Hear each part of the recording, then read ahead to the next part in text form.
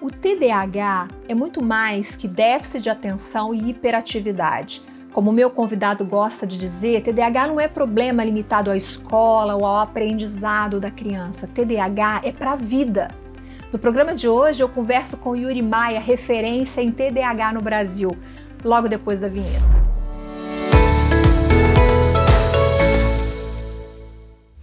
Olá, seja muito bem-vindo ao canal da Saúderia e Tudo Mais. Aqui você entende que cuidar da saúde é muito mais do que tomar um remédio corretamente. É mudar estilo de vida, é mudar hábitos. Eu sou Viviane e eu tô aqui para te ajudar a entender como a saúderia pode melhorar a sua vida, a sua saúde. Se você se identifica com a gente, com essa comunidade de saudeiros e saudeiras, já se inscreve no canal e ative o sininho das notificações para você não perder nenhum conteúdo. De 15 em 15 dias, sempre às quartas, às 14 horas, a gente publica um vídeo novo aqui para você.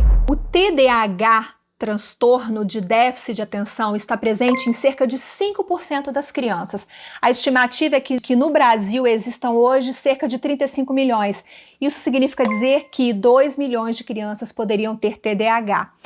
E não é só uma questão da criança, muitos adultos trazem esses sintomas ao longo da vida.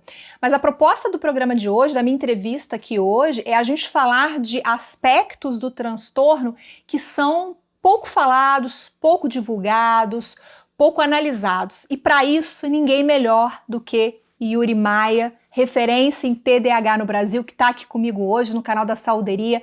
Yuri, prazer enorme ter você aqui com a gente. Muito obrigada por compartilhar esse conhecimento. Prazer, Viviane, estar aqui. É um conhecimento de extrema importância para as pessoas que têm TDAH e para as pessoas interessadas, né? Porque o TDAH, ele é um transtorno, um tema que ele tem um impacto e ele tem uma importância, uma relevância para toda a sociedade. Então, o Yuri tem TDAH, criou o projeto TDAH Descomplicado, um projeto fantástico que eu acompanho, me ajuda muito, a gente vai falar disso depois. E o Yuri vem ajudando pais, professores, educadores, adultos com TDAH a viver melhor, a vencer o transtorno, né? O Yuri hoje é inspiração para muita gente, inclusive para mim. Mas antes de começar, eu quero te pedir para deixar o seu like aqui embaixo nesse vídeo, compartilhar, isso faz com que esse vídeo chegue a mais pessoas, vamos compartilhar esse conteúdo, um conteúdo gratuito que está chegando para você. Então, por que você também não pode compartilhar isso com a sua rede de contato com outras pessoas? Bom, Yuri, eu quero trazer para cá, para nossa conversa, uma definição mais real de TDAH. A gente não vai ficar falando aqui o que é TDAH, quais são os sintomas. Para isso, eu já coloquei na descrição do vídeo todos os links do Yuri para você poder ver tudo de TDAH lá, porque aqui hoje eu quero falar sobre questões que são pouco faladas. Essa definição mais real de TDAH, né, porque todo mundo pensa que TDAH é só na escola, é só em criança, e tem uma frase que você fala muito nas suas entrevistas, nos seus programas, né, de treinamento, que é que TDAH é para a vida. Então explica pra gente esse conceito mais real de TDAH, mais abrangente, que simplesmente déficit de atenção e hiperatividade. Bom, para começar, existe um termo que as pessoas às vezes utilizam, né, a imprensa de modo geral, que não tem tanto conhecimento profundo no tema, que chama de crianças hiperativas. Então, às vezes você vê assim, crianças hiperativas, não sei o que, é uma matéria que a chamada é crianças hiperativas. Para começar, você ter o traço da hiperatividade, não necessariamente você tenha o TDAH, que é o transtorno do déficit de atenção com hiperatividade. Até porque o traço mais presente do TDAH é a desatenção. São fatores envolvendo a atenção da pessoa, em vários níveis de atenção, e não a hiperatividade. Tanto é que tem pessoas que têm o TDAH, diagnosticado corretamente, mas não são do tipo hiperativo. Não demonstra muito pouco, quase nada, o traço da hiperatividade, tá? Então, essa é a primeira coisa que tem que desmistificar. No segundo momento, a questão do TDAH também não ser um transtorno escolar. Muitas pessoas assumem que o TDAH ele está ali como um transtorno escolar, né? Ou seja, ele afeta só a escola, o ambiente escolar, criança, infância, e não tem nada a ver. Quando você nasce com TDAH, você tem a sua carga genética que vai levar a você ter o transtorno, aquilo vai influenciar em todas as áreas da sua vida. Mas a mais evidente é a área escolar. Por quê? Porque o TDAH ele tem um problema sério com a questão de engajamento em situações desinteressantes. É como se fosse um pêndulo de 8,80. O que é interessante a gente consegue até esquecer do mundo e fazer com muita facilidade, e o que é desinteressante não tem reza braba que dê conta de você fazer. Então esse pêndulo você começa a ver aonde? Na fase da escola. Principalmente na alfabetização, porque até quando a criança é pequenininha, que ela vai para a escola fazer um trabalhinho, um lúdico, uma pintura, ou aprender a escrever o próprio nome, não tem muita coisa ali. Continua sendo um lúdico, legal, interessante, mas na hora que a criança tem que sentar, olhar para a lousa, aprender o beabá, meu amigo, aí não tem como. Aí o TDAH aparece mesmo. Então, a pessoa ela prefere não copiar do quadro, tem dificuldade de se engajar, ela começa e termina e para, porque falta uma questão neuroquímica que eu já vou explicar daqui a pouquinho. Então, a pessoa começa a ter alguns efeitos ali, começa a ser perceptíveis. Ela prefere conversar em sala de aula do que fazer dever, olhar para trás, levantar, pular, qualquer outro tipo de atividade motora ou mental mesmo, ou seja, fica viajando em várias ideias, do que ter que fazer aquilo que ela deveria estar fazendo naquela hora. E aquilo vai perdurando. Durante as amizades também na infância e na adolescência, na hora de você se aproximar dos coleguinhas, às vezes você é visto como egoísta, porque você recebe, mas você esquece de dar, você atropela o outro na hora de falar por conta da impulsividade, que é outro traço também latente, e várias outras questões. Você às vezes esquece também de você fazer manutenção nas amizades, porque você está numa roda com muitas pessoas, várias pessoas dando sua opinião, e você se perde um pouco e prefere se retrair, sair daquela roda porque fica mais confortável. Nisso vai levando a adolescência à vida adulta também. Então, tem várias questões primárias do TDAH que vão desencadear, se não tiver tratamento e orientação, em questões secundárias, como baixa autoestima, dificuldade de fazer relacionamento, dificuldade de alto valor. Lá na frente, ele pode ser vítima de um chefe que é carrasco, de um relacionamento abusivo, porque ele não desenvolveu corretamente o alto valor e a alta percepção, fora vários outros sintomas que podem surgir. Então, o TDAH ele é global. O TDAH, ele nasce com a pessoa, fica mais evidente na fase escolar, inclusive aquela coisa, né?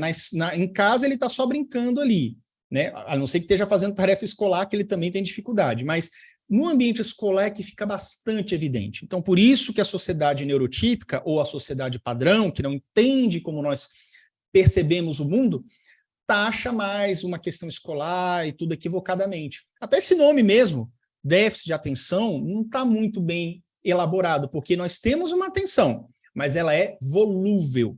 Uma atenção volúvel é uma atenção que ela existe, não é? Quando você fala que você não tem atenção, é que ela simplesmente não faz parte de você, essa característica. E não, você tem. Dependendo do estímulo que você tiver, você responde de um jeito ou de outro. E como essa resposta no TDAH ela é muito ampla, ela é muito 880, muito dual, aí cria-se esse estigma de que o TDAH não tem atenção. Mas, na verdade, ele só tem uma baixa dificuldade em perseverar e permanecer focado nas atividades que são pouco atraentes, que geram menos produção de dopamina e de outros neurotransmissores importantes também. O Yuri tem muito vídeo no canal dele, o link está na descrição, você vai poder assistir, se aprofundar em cada um dos elementos que ele explicou pra gente, né? Então, quero já te perguntar, conta pra mim aqui nos comentários se você tem TDAH, se você é pai de um TDAH, mãe de um TDAH, como é a sua vida, quais são os seus desafios, como você lida com essa rotina, né, de conviver com uma pessoa que tem TDAH. Conta pra gente aqui que a gente quer saber.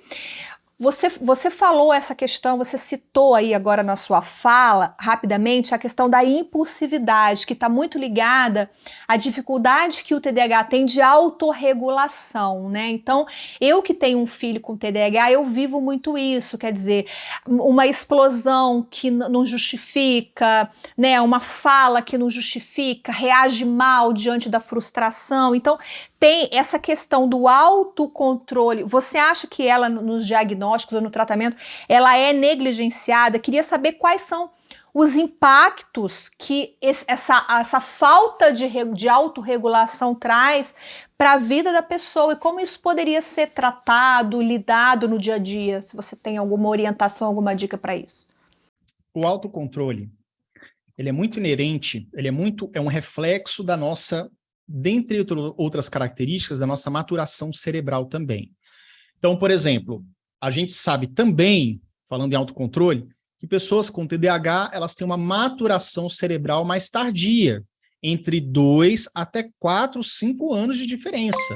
Isso significa que um jovem de 15 anos pode ter uma idade mental de 12, 13, às vezes até menos, 11.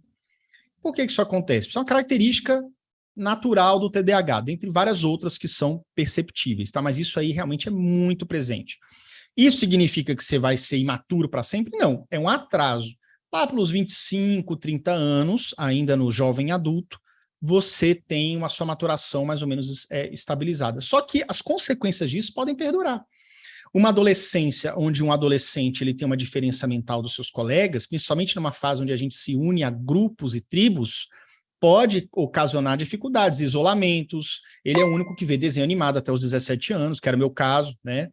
Enfim, então, qualquer coisa nesse sentido pode acontecer. Com relação à impulsividade, a gente tem que entender que a impulsividade ela pode ter vários fatores, dentre eles aspectos neuroquímicos. Então, se você tem uma criança, um filho, adolescente que tem impulsividade muito latente, existem medicamentos que o médico pode prescrever que ajuda a regular um pouco isso. Porém, ainda assim é um terreno meio nebuloso, que não depende muito da nossa força de vontade.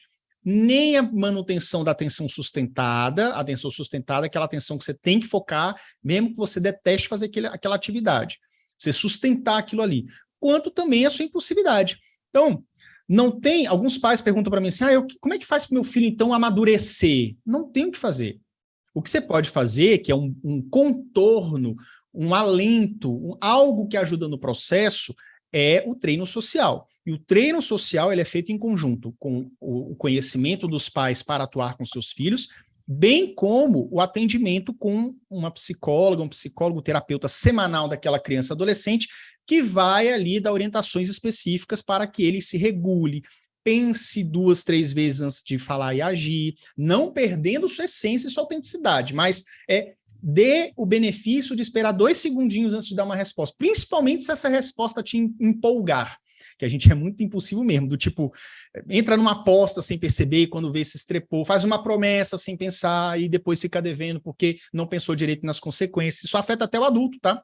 Com TDAH, adultos também têm questões de descontrole financeiro, sem querer sair muito desse mérito da sua pergunta, mas com relação a isso, a impulsividade, ela tem que ser vista de forma global, com a orientação, principalmente o tratamento, tanto medicamentoso quanto a terapia semanal também. E o entendimento dos pais. Porque quem está ali 99% do tempo com a criança são os pais ou os professores, mas enfim, a família. E essas pessoas têm que entender que elas têm que saber orientar e não apenas brigar. Então, se o filho teve um comportamento impulsivo, você deve orientar, explicar e sempre dizer os motivos. Olha, isso aqui foi errado por causa disso. Não apenas dizer sim ou não, vai, volta, vem e vai, enfim. Saber explicar para que ele possa refletir e ir moldando os seus comportamentos. Isso vai curar o problema? Não vai, mas melhora muito esse desenvolvimento aí, acelera as coisas. Vamos falar de tratamento, você já entrou um pouquinho nisso. Em geral, o tratamento é uma tríade. A gente tem o uso de medicamento, a psicoterapia e a mudança no ambiente também, que é uma coisa que o Yuri fala muito, né? Essa tríade, medicamento, psicoterapia e mudança no ambiente que garante mais qualidade de vida para o TDAH? Com certeza. O ambiente, inclusive, ele é o menos falado ultimamente, e é um dos mais importantes, tá? A gente é fruto do nosso ambiente, não tem como. Se você olhar uma família que tem uma alimentação desestruturada e hábitos ruins, um casal de pessoas que estão acima do peso, obesos, dificilmente você vai encontrar uma criança que não tenha também uma questão de sobrepeso aí envolvida. Da mesma forma que pais que tenham hábitos bons, por reflexo, ou o que quer que seja, a criança também absorve aqueles hábitos naturalmente, ainda mais que a criança é uma esponja, né? Ela tem pouca, na sua própria imaturidade, ela vai absorvendo com mais facilidade do que nós, que já temos 20, 30, 40 anos de vida, né? Então, tem essa questão também. Falando aqui, voltando nesse ponto, a psicoterapia ela é fundamental e ela tem que ser periódica. Periódica quanto? 1 hora por semana, toda semana. Não é quinzenal e não é 30 minutos por semana. É 1 hora por semana, no mínimo. Ainda mais para criança, porque às vezes tem que chegar no consultório, equilibrar, começar as atividades da psicóloga, e nisso aí você come 10, 15 minutos. Imagina meia hora só. Não tem como.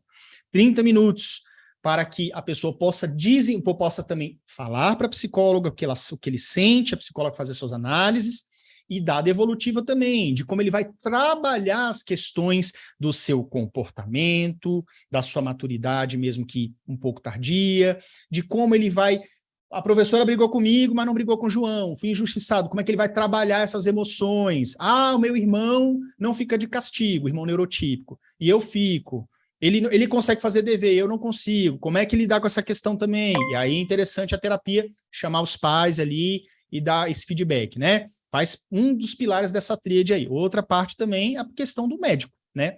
Pode ser o neurologista, pode ser o psiquiatra, ou o neuropediatra, o psiquiatra infantil também, enfim... Independente dessas qualidades, dessas graduações, dessas especialidades, é interessante que você busque um médico que tenha uma fama, um reconhecimento em ser um bom profissional nessa área. É alguém que já tem casos de sucesso? É alguém que realmente é reconhecido por atender bem o TDAH? É alguém que você deve procurar, porque realmente existem profissionais que, por mais que sejam neurologistas, psiquiatras, não entendem do TDAH. Qualquer profissão é isso, tá? Então é interessante você se blindar contra isso. E ambiente. Ambiente, o que é um ambiente?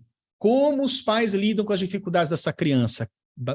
Gritando, botando de castigo, brigando, dando palmada, ou explicando, mudando o ambiente, tirando os distratores de frente da escrivaninha, sabendo regular bem o horário dele poder brincar e o horário dele poder estudar, dando recompensas que ele se sinta motivado. Poxa, eu vou estudar um pouco mais, porque eu sei que no final do dia tem uma recompensa bacana. É uma boa conversa, é uma escola acolhedora, faz parte do ambiente da criança. Nem todas são. Escolas são feitas de pessoas, e cada pessoa é diferente. Então tem escola com grupos de pessoas, ou seja, com grupos de profissionais e professores que são excelentes, tem escolas que não estão interessadas em acolher. Então, o somatório disso tudo vai fazer com que você tenha um excelente tratamento e condução. Não é perfeito, novamente repetindo aqui, não cura, mas você tem um grande alívio nos sintomas para todas as pessoas envolvidas, para a criança que sofre bem menos e para os pais que se preocupam menos também. Yuri, você falou em recompensa, né? A questão da recompensa é uma questão que me provoca muita reflexão, porque ela não desvia um caráter, por exemplo, para um bom caráter, por exemplo, então agora eu só vou fazer a tarefa se eu tiver uma recompensa. Troca a recompensa por liberdade. Só você mudar a palavra. O que é liberdade? Você já deu um tablet para ele, já deu, você deu de Natal. Aí, ele não pode ficar aquilo livre 24 horas. A regra do jogo você tem acesso ao que eu te dei, que já é seu, somente se cumprir tal etapa. Não é para você dar um carro zero para ele a cada dever de casa que ele fizer, entende? Essa regulação ela tem que ter no seguinte sentido.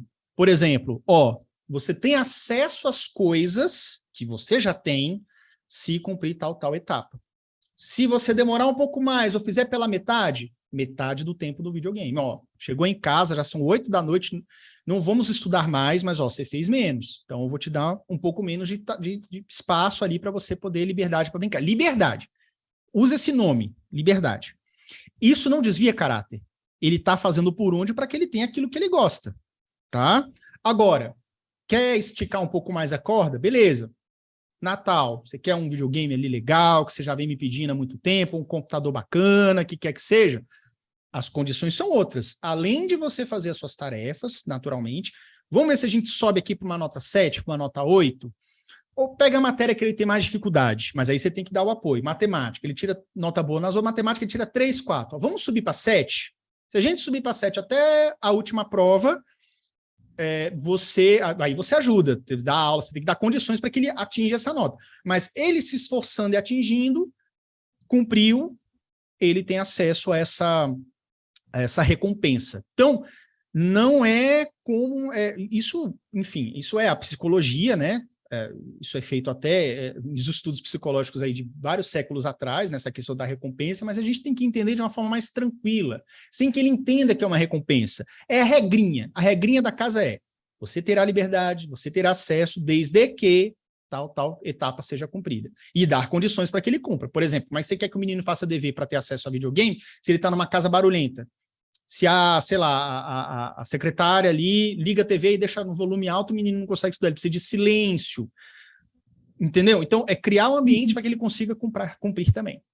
Medicamento, né? Voltar um pouquinho aqui. Quais os problemas? Porque existe assim, né? Eu me lembro que teve até uma época que falava-se assim, não, mas as crianças, os meninos estão tomando muita Ritalina, parecem zumbis, não tem mais o brilho no olho, o olho tá vidrado, tinha umas coisas assim. Hoje eu escuto muito menos, eu acho que isso mudou um pouquinho nos últimos 10 anos para cá. Mas eu queria te perguntar sobre os problemas reais que são provocados pela Ritalina, que é um estimulante, pelo Venvance, que também é um estimulante de uso prolongado. Quais problemas reais esses medicamentos podem causar a longo prazo? Eu me lembro que no início, quando eu fiz consulta e precisei começar a medicar meu filho, eu perguntei assim para o médico, doutor, isso vai mudar a personalidade dele? Isso vai mudar o desenvolvimento cerebral do meu filho? A gente fica com muito medo, Yuri. Eu queria te ouvir sobre isso. Olha, esse estigma, essas falas antigas, né, sobre a questão dos medicamentos, dos psicoestimulantes mais utilizados, isso é coisa mais do que ultrapassada. São meramente estigmas, são crenças populares, tá?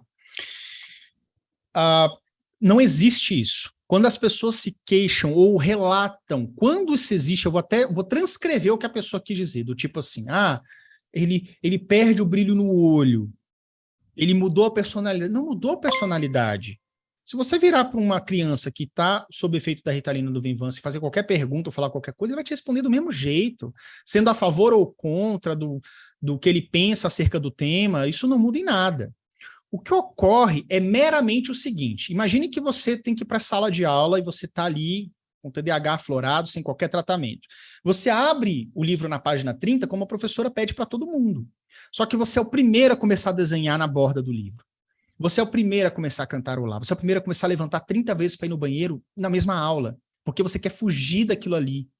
Até ir no banheiro e beber água ali 15 vezes é melhor do que ficar olhando a professora. Essa é a criança que você está acostumado a ver. A criança que está sob efeito do psicoestimulante, ela tem uma produção maior temporária de alguns neurotransmissores, dentre eles principalmente a dopamina. Isso eleva a sua capacidade de manter a atenção sustentada. Então, é uma criança que a professora lá começa a falar, ela não vai perder em 3 minutos a sua capacidade de focar e mudar de foco, ela vai ficar 30, 40. Se você virar para ela, oi, tudo bom? Como é que tá, filho? Não, tô bem, tô prestando atenção. É como se fosse assim. Imagine que você tenha que focar numa conversa, você está no meio de um bar, tem alguém na sua frente. O bar tem muitas pessoas falando ao redor, mas você tem mecanismos cerebrais que você consegue manter a foco naquela pessoa que está na sua frente. A não ser que você desvie o olhar e comece a mudar o foco para a pessoa da mesa do lado. Aí você já começa a ouvir a conversa da mesa do lado. Mas você tem uma bússola atencional. No TDAH, é como se esse barulho mental, tá? Mesmo que a turma esteja em silêncio, ele tá pensando em um monte de coisa, no desenho animado que ele viu ontem, no joguinho de videogame que ele vai jogar quando chegar de noite com os colegas online. Então, é muito barulho e pensamento que distrai ele, tira ele do que deveria estar fazendo. Então, ele se distrai com muita facilidade e tem vários focos atencionais o tempo inteiro. Quando você está com a atuação do psicoestimulante, você permite que isso atrapalhe menos o seu foco atencional do tempo presente. Então, uma criança que é acostumada a ficar pulando de atividade a atividade a cada 3 minutos, que os pais, os professores já estão acostumados com este comportamento, quando ela muda o comportamento, acha que o menino mudou, que ele tem um espírito ali, né? Mudou bruscamente. Não mudou, é a mesma pessoa, a mesma personalidade, só que agora ela está mais seletiva com relação ao seu foco atencional, seletiva e com mais capacidade de permanecer focada, engajada naquela atividade. É só isso. Então, é crença, tá? Crença das pessoas que naturalmente não têm estudo científico sobre isso e tal, as pessoas que são leigas no assunto, tá? Mas é crença. Então, assim, com relação a prejuízos, assim, a longo prazo, tá? Desconheço na literatura presente, dos livros que estudei, etc., qualquer tipo de prejuízo ou vício, tá? Pode ser que exista? Pode ser que exista. Alguns médicos já falaram que existem casos muito raros que você pode vir a se viciar em algum desses medicamentos, mas é tão raro, tão raro, tão raro, que os grandes especialistas do mundo realmente citam que não há. E eu falo por mim, tá? Quando você está viciado em algo, o que ocorre quando você deixa de ter acesso àquilo ali? Vamos lá, um cigarro, uma bebida alcoólica, um doce, você sente uma fissura, você sente uma gastura, você quer procurar aquilo para saciar seu vício. Então, todo dia você experimenta daquilo. Eu posso tomar o meu medicamento aqui, o psicoestimulante, durante meses, mais de ano. No dia que eu paro, eu não sinto nenhum tipo de vontade de voltar. A não ser que eu sinta um desejo psicológico, assim, poxa vida, hoje eu não produzi tanto. Se eu tivesse sob efeito do medicamento, poderia ter sido melhor. Por exemplo. Mas assim, não corro na farmácia para comprar mais, entende? Então eu não presenciei, não senti esse tipo de vício. Já experimentei os 2 principais psicoestimulantes do Brasil, nas 2 cápsulas, inclusive, tanto a Ritalina e metilfenidato, no comprimidozinho de 10 miligramas, quanto o Concerta, que é o de longa duração, o Ritalina LA, que é também o metilfenidato de longa duração também, e o outro composto que também é utilizado, que é o Venvance, né? Ou Venvance, que é a lisdexanfetamina. Então, em nenhum deles eu senti isso. Então, assim, me ajudou em maior ou menor grau, alguns pequenos efeitos colaterais, como uma irritaçãozinha no final do efeito, que dura pouco tempo também, um paviozinho curto, um pouco de insônia, então tem que ter cuidado no horário de tomar, isso aí o médico orienta. Então, concluindo, é isso que eu tenho a dizer com relação aos medicamentos, não vejo esse perigo, esse risco, e esses exemplos que você me deu realmente são crenças que não têm embasamento científico. Eu vi um vídeo seu recentemente dizendo que você ia parar de tomar o medicamento. Você está sem medicamento, Yuri? Suspendi e voltei tem 3 dias. Eu fiquei 40 dias sem, 40 dias, tendo aqui em casa. Não é, entendeu? E eu conversei com o meu médico ontem, inclusive, troquei uma ideia com o meu psiquiatra e falei, olha, eu dei uma pausa, falei assim, olha, eu reconheço você por dar uma pausa, tá? Eu tava sentindo muito estresse, tá? Eu tinha entrado num pré-burnout ano passado por conta porque, assim, eu tô fazendo várias atividades paralelas, tomando psicoestimulante, e cheguei a comentar com o meu médico que talvez eu pudesse estar sentindo um envelhecimento precoce por conta do psicoestimulante. Mas eu também reconhecia que a minha atividade estava muito maior, 12 a 14 horas por dia de trabalho. Então ele me garantiu que isso não tem nada a ver, mas o fato de eu estar sadio, tomando psicoestimulante, ou seja, conseguindo esticar um pouco mais e produzir um pouco mais, o somatório disso tudo fazia com que eu realmente passasse do que eu deveria estar me dedicando ao meu trabalho laboral todos os dias, entendeu? Então eu resolvi, falei assim, eu vou dar uma pausa de tudo, reduzir minha carga de trabalho pela metade, suspendi os psicoestimulantes, comentei isso na minha rede social, e ontem voltei na dose mínima para manter também, tomando cuidado de não acelerar querer de novo, ir para cima e querer trabalhar dobrado do que eu estava. Então agora é uma outra vida, é um Yuri mais tranquilo, com menos essas atividades intensas, e voltei, tem uns 2, 3 dias eu voltei a tomar um psicoestimulante, sim, na dose mínima. Ainda nessa seara do medicamento, é possível viver bem e controlar o TDAH somente com suplementos e hábitos específicos? Por que eu estou te perguntando isso? Porque hoje a gente vê muito, principalmente no Instagram, médicos especialistas apresentando alguns suplementos que poderiam beneficiar o TDAH. Um deles, por exemplo, é o óleo de krill.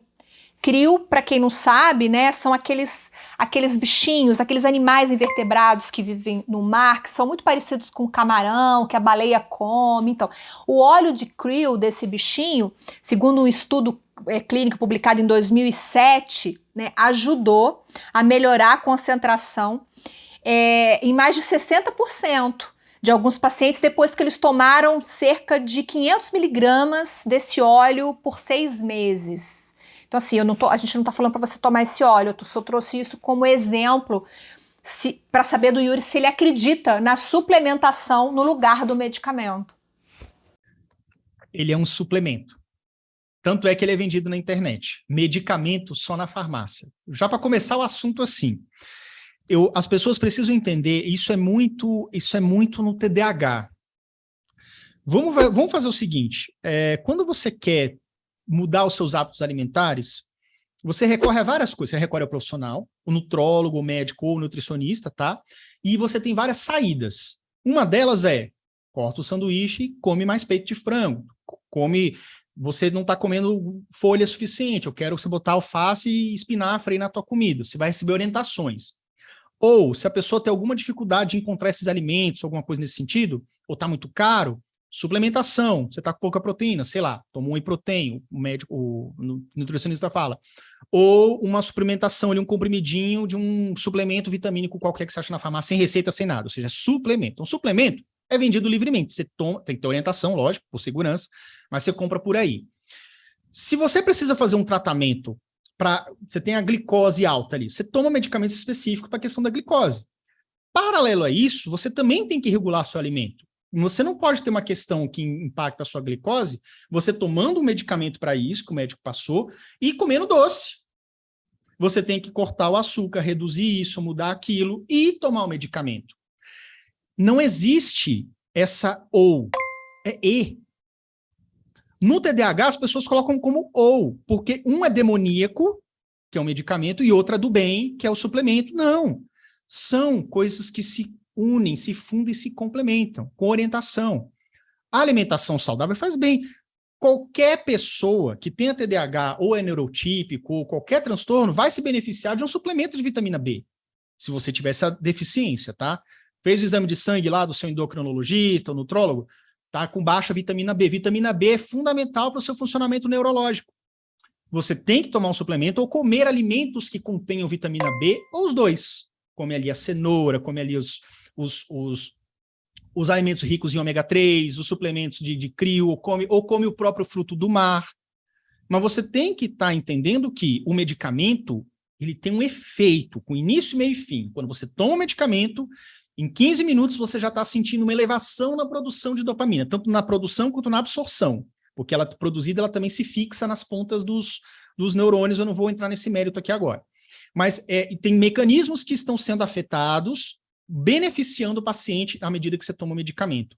Nenhuma salada de frutas ou nenhum suplemento te dá esse efeito. A medicação te dá. E ela é segura, etc, etc, etc. Tá? Então, assim, é interessante que você melhore a sua alimentação. Se você não conseguir melhorar a sua alimentação por questão de preço, local onde você mora, compre um suplemento também que o médico te indicar, vitamina B, ômega 3, etc, etc. E, além disso, faça o tratamento com o medicamento. Estou concluindo aqui, não são coisas ou. Não tem do bem, não tem do mal. São coisas e. E aí você conversa com o seu médico, ele vai te orientar melhor.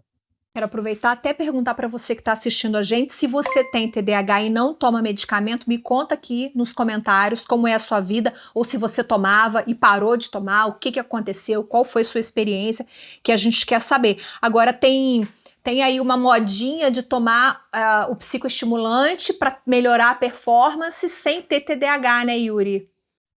Isso é ruim, né? De toda forma isso é ruim porque isso é perigoso, geralmente as pessoas encontram isso no mercado clandestino.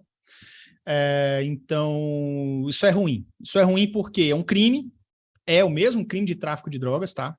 Não é porque é lícito e ilícito, é crime do mesmo jeito.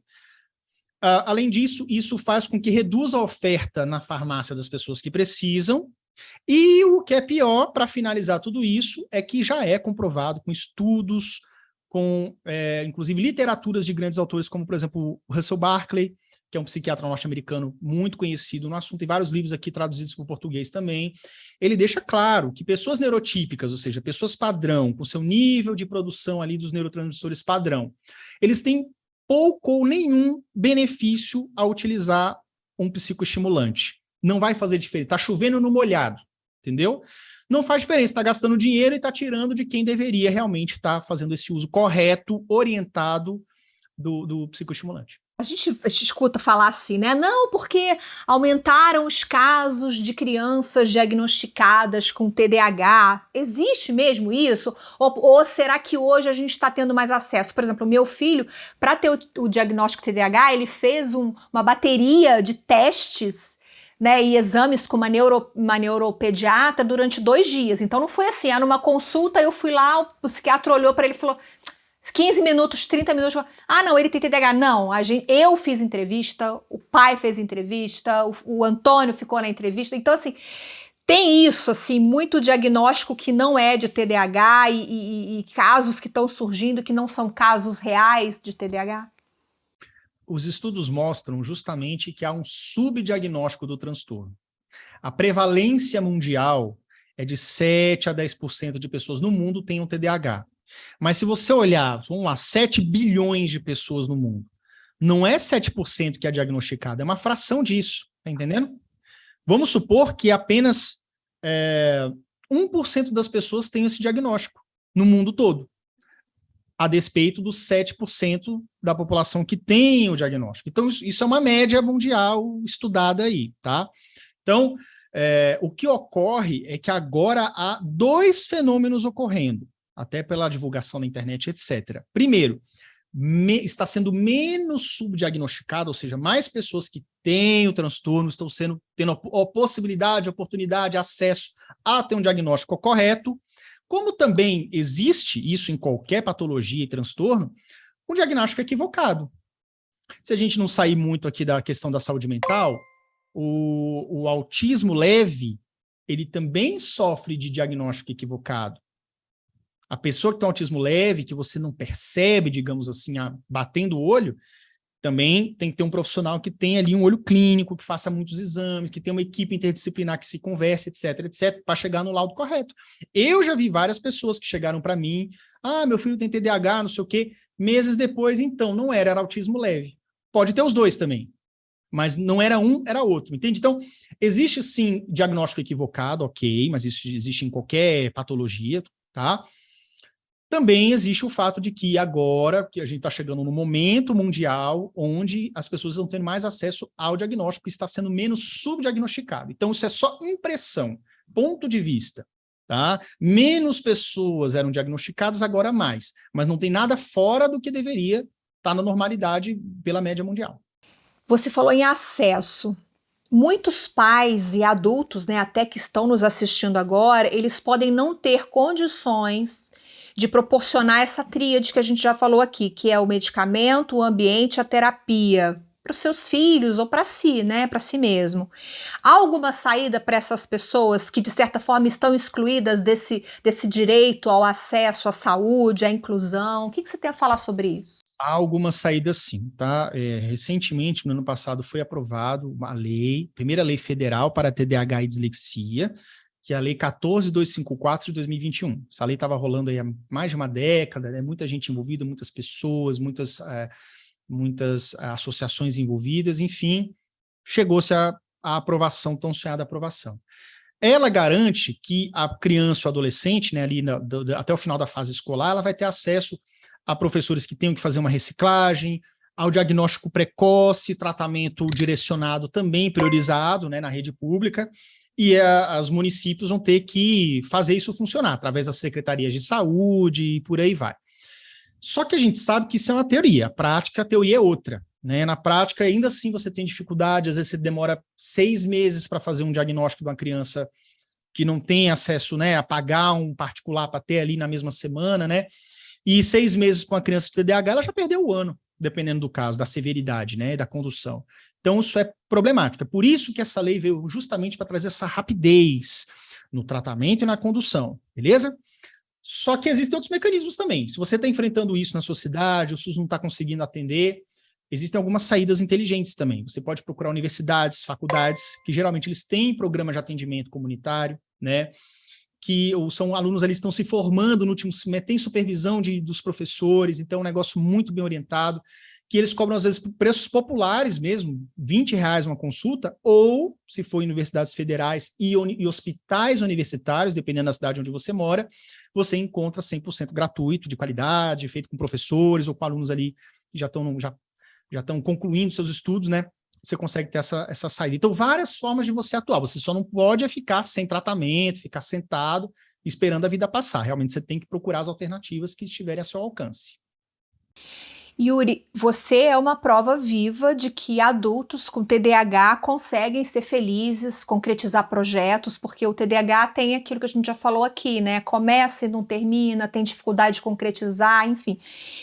E você hoje é referência e inspiração para muita gente. Eu queria te pedir 3 dicas, assim, 3 conselhos, 3 orientações para outras pessoas que estão em condições semelhantes, pessoas que, até adultos que acabaram de descobrir que têm TDAH. Quais são essas 3 dicas, esses 3 conselhos aqui para a gente fechar que você daria para essas pessoas concretizarem os seus projetos, terem qualidade de vida e serem mais felizes? Uma característica que você tem que desenvolver e que eu desenvolvi instintivamente, graças a Deus, é a sua resiliência. TDAH ele tem que ser resiliente. Resiliente é você todos os dias levantar, sacudir a poeira e dar a volta por cima. ninguém tá por nós, a gente tem que ser bem franco aqui. Mesmo você sendo um adolescente, os seus pais amando muito você, eles não vão caminhar por você. Você que tem que ir lá, você que dá o primeiro passo, tem que tentar mais uma vez e confiar em você. Então, uma característica que todo TDAH tem que desenvolver, em qualquer idade, é a resiliência. É tentar de novo, é nunca desistir, tá? O segundo ponto que eu acho importante é você buscar o seu autoconhecimento, mas para adultos. Adultos que diagnosticou agora ou tem uma suspeita através dessa conversa ou de outras coisas que você tem visto por aí, vá atrás do diagnóstico. Fechando o diagnóstico do TDAH, procure se conhecer, procure ver vídeos, procure fazer cursos, procure entender a sua melhor forma de funcionar. Se você é uma pessoa, vamos supor, mais notívaga, não adianta nada você tentar puxar as coisas importantes para o início do dia e vice-versa. Se você já viu que precisa de um ambiente silencioso para estudar, para trabalhar, você não pode insistir em ficar numa casa barulhenta, vai para a biblioteca. Então, se conhecer e entrar em ação é importante nesse ponto, tá? Fundamental. E por último, é você realmente abraçar com todas as suas forças o seu tratamento, tá? Tratamento é importante você seguir ele com orientação médica, inclusive todas as vezes que eu iniciei e pausei, interrompi qualquer tratamento, foi com conhecimento e conversa médica, né? Como eu falei aqui mais cedo, eu tive o aval, o conhecimento do meu psiquiatra, da minha interrupção, da minha volta, do meu retorno, e ele achou ok, por conta que eu também estava mudando meus hábitos. Então, tudo é conversa. Além de você estar com a terapia semanal para adultos também. Eu também tenho minha psicóloga, toda semana estou lá. E o médico eu vou periodicamente 2, 3 meses, às vezes até de 6 em 6, se você já estiver num estágio mais avançado, mas é não abrir mão dele. Então, tratamento, autoconhecimento e uma característicazinha boa de você desenvolver o quanto antes é resiliência, beleza? Eu acho que é isso aí. Olha, quero saber de você, eu adorei essa conversa com o Yuri, quero saber de você o que você achou, coloca aqui nos comentários, se você tem alguma dúvida, alguma coisa que você queira perguntar e a gente não tenha falado aqui, pode colocar no comentário que a gente vai tentar responder para você na medida do possível, até com a ajuda do Yuri. E deixa o seu like, isso é super importante. Compartilha esse vídeo com a sua família nos grupos de WhatsApp, é super fácil de compartilhar. Quero deixar aqui o meu agradecimento, meu enorme agradecimento ao Yuri por esse tempo compartilhado com a gente. Muito obrigada, Yuri. Eu que agradeço, tá? E precisando, só me chamar.